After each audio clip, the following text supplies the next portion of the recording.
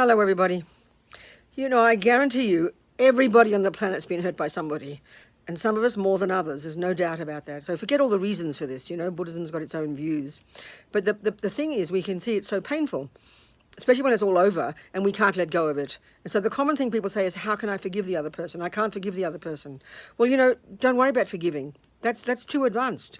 The first thing we've got to realize, and this is what I think we don't think of this, is to look into our hearts and see the unbelievable pain that we're experiencing, which of course is triggered by the person's actions, but we have to really see is that it's the pain of the anger, the resentment, the bitterness, the rage, the despair, all these things we experience.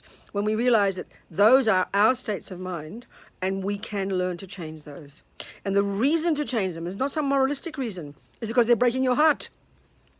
Of course it's hard, but our trouble is we say, but I'm allowed to be angry. Look what they did. Well, of course you're allowed to be angry. You're in charge of your life. Of course you're allowed to be. But there's consequences of it. We have to see to yourself.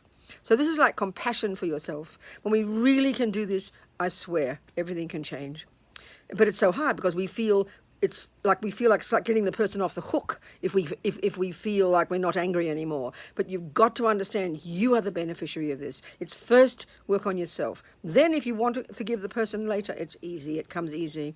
This is the first step, to look at the pain that the anger and the resentment, etc., are causing you. And you are sick of that pain. So you change your thoughts. You give up those thoughts. You give up those thoughts. That's the job to be done.